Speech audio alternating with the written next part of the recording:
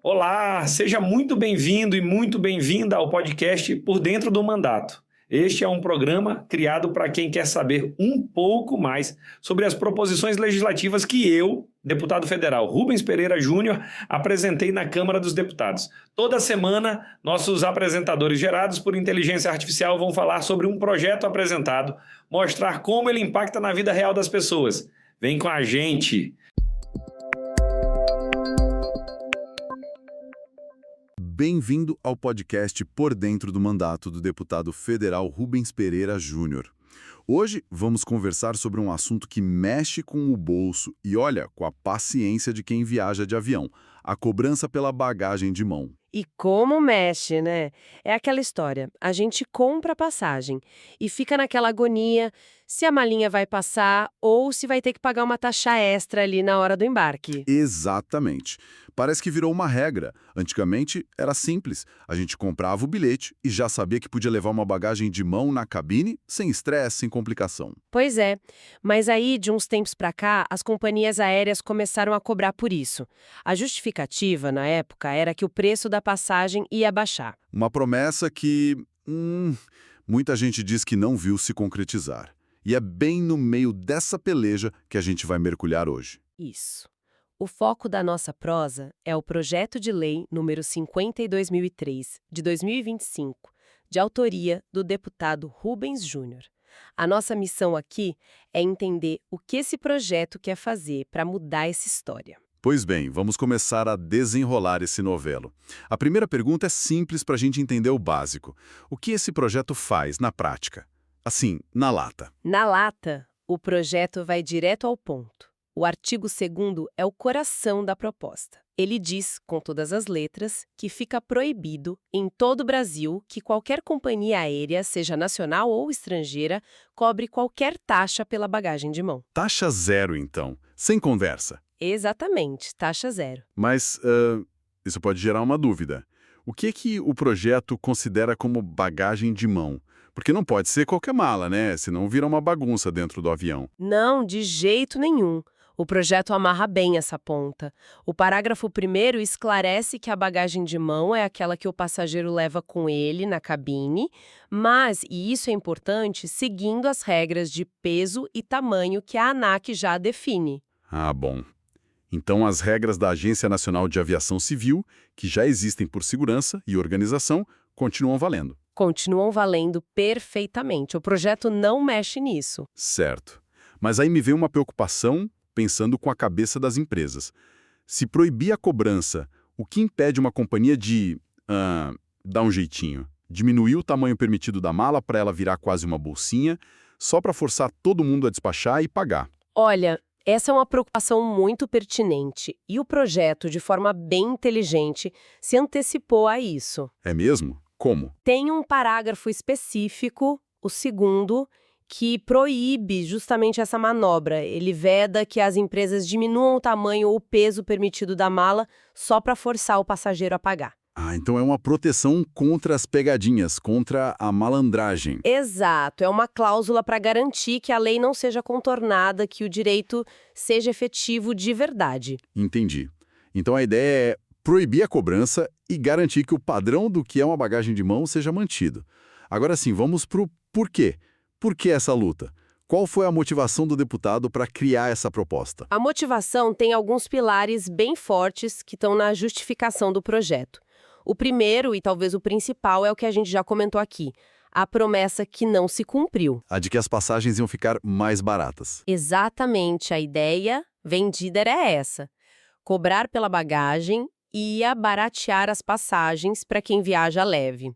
Só que, na prática, os estudos e a percepção dos consumidores mostram que isso não aconteceu. O que aconteceu foi que o consumidor acabou pagando a passagem e muitas vezes um extra pela mala. A conta não fechou para o passageiro, né? Não fechou. O resultado final, para muita gente, foi um encarecimento do serviço, e não o contrário. E além dessa questão do preço, tem mais alguma coisa? Tem sim. Tem um ponto que é quase filosófico. O projeto defende que, num país continental como o Brasil, viajar de avião muitas vezes não é luxo, é uma necessidade. E essa cobrança extra acaba dificultando o acesso. Faz todo sentido. E aí vem a parte da história, sabe? Imagine a pessoa, ela precisa levar seus remédios, um documento importante, um computador para trabalhar, uma muda de roupa para uma emergência. Levar esses pertences pessoais não é um serviço extra. Não é um luxo. Não é, faz parte da viagem em si. O projeto argumenta que é como dizer que o assento em que você senta é um adicional. Defender que levar uma bagagem de mão é um direito básico de quem viaja. É isso mesmo, né? É como a gente ir num restaurante e quererem cobrar pelo prato que você vai usar para comer a comida que você já pagou. Não faz sentido. A analogia é perfeita. O prato faz parte do serviço de alimentação, a bagagem de mão faz parte do serviço de transporte. A lógica é a mesma. Entendi o porquê. Agora vamos para a prática. Vamos supor que a lei passe, que o projeto seja aprovado. O que muda na hora que a gente for comprar passagem? E mais importante, se a companhia aérea teimar e quiser cobrar mesmo assim. Certo. O projeto também se preocupa com a aplicação da lei. O artigo 3º fala sobre transparência. Transparência? Como assim? As companhias aéreas vão ser obrigadas a informar de forma bem clara, bem visível, tanto na hora da compra no site quanto no check-in, que o transporte da bagagem de mão já está incluído no preço. Para não ter dúvida, tem que estar lá bem grandão para todo mundo ver. Isso. Para que ninguém seja pego de surpresa ou pague por desinformação. A informação tem que ser clara. Beleza. E se mesmo assim a empresa descumprir? Se ela ignorar a lei e cobrar a taxa? Aí o projeto mostra os dentes, como se diz. O artigo 4º estabelece as sanções, as punições, e são duas. Duas. Sim. A primeira é para o consumidor. A empresa que cobrar indevidamente vai ter que devolver o valor em dobro para o passageiro que foi lesado. Em dobro? Isso já é um desincentivo e tanto, né? Já é um bom começo. Mas tem mais. A segunda punição é para a empresa. E essa dói mais no bolso dela. O que seria? Além de devolver o dinheiro em dobro para o consumidor, a empresa vai ter que pagar uma multa bem pesada para a ANAC. Quão pesada? O valor da multa é de 200 vezes a taxa que foi cobrada do passageiro. 200 vezes? Uau! Então, se cobraram, sei lá, R$ 150, a multa seria de R$ 30 mil por um passageiro. Exatamente. A conta fica muito alta, muito rápido. A ideia é tornar o descumprimento economicamente inviável. Não pode valer a pena desobedecer à lei. E quem vai ficar de olho nisso tudo? Quem fiscaliza? O artigo 5º deixa isso bem claro. A fiscalização fica por conta da própria ANAC e dos órgãos de defesa do consumidor, como o PROCON. Então, o passageiro vai ter a quem recorrer. Perfeito. Então, para a gente fechar essa prosa e amarrar as pontas. O projeto do deputado Rubens Júnior, que é basicamente acabar de vez com a cobrança pela bagagem de mão. Isso, proibir totalmente. A justificativa é que aquela promessa de passagens mais baratas não se concretizou e que, no fundo, levar uma mala pequena com seus pertences é um direito básico do passageiro, não um luxo a ser pago à parte. Exatamente. É parte essencial da viagem. E se a lei for aprovada, as empresas vão ter que ser super transparentes sobre isso.